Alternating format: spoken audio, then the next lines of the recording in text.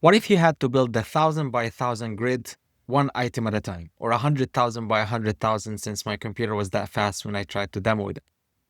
If you had to do that one item at a time, that will take forever. Luckily, Numpy gives us cleaner and faster ways to do it.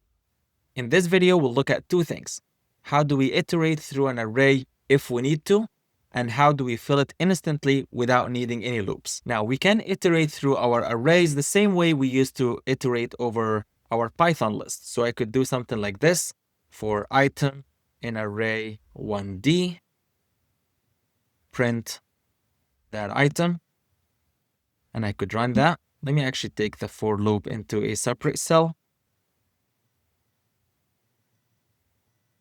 And I could do that. If I don't want it to take all that space, let me just add in an end property with a space. That way they all show up on one line.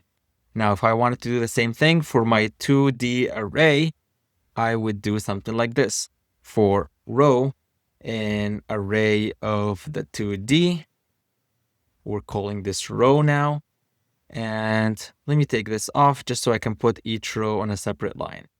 If we run it, here we go. We're able to iterate and we're able to see all the items within our array. Now, what if I wanted to iterate over our array 2D and print out each individual element over here?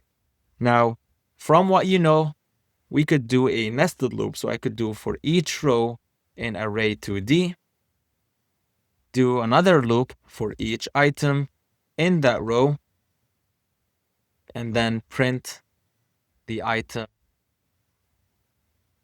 Let me add the end property just so I put them all on one line.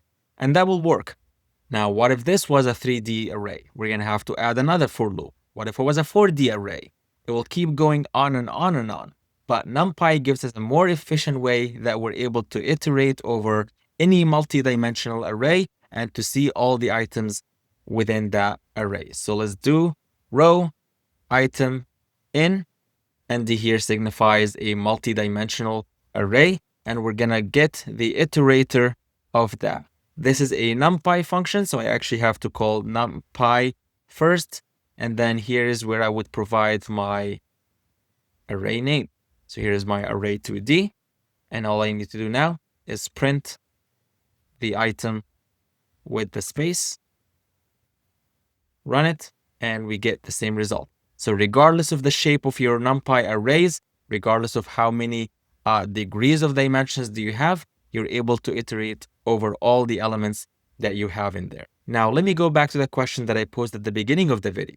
What if I wanted to fill my array instantly without the need for loops? So if I wanted to create an array of zeros here, all I need to know is what is the shape or what is the dimension of what I'm trying to produce. So I'll do numpy.zeros, and here's where I'll provide my dimensions. So within another parentheses in here, I'll do 3 by 3. And now if I print out zeros, here we go, we get a 3 by 3 array of zeros. Same thing if I wanted to do ones. So ones will equal np.zeros. And let me do a 2 by 5 array. Oh, needs to be called ones, not zeros. And if I run that, and let's see what the ones look like. Here we go. We get 2 rows, 5 items each. All of them are populated with the number 1. Now, what if I have a different value that I want to populate my array with? Let me do different. And that will be np.full. And what this function will take is first the shape. So I want this to be a 3 by 4 or by 5. And the next thing is what is the value that I want to fill this by, as you can see by the tooltip here as well.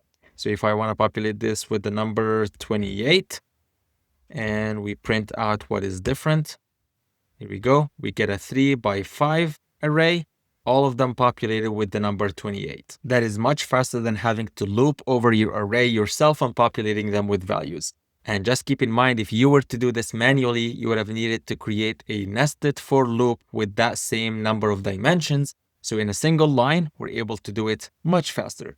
What if this was a huge grid of 1,000 by 1,000. And all of them populated with the value of 21. Here you go. You get this fully populated. Obviously, Numpy is smart enough not to try to show you everything. So he showed you that this is going to be 1,000 by 1,000.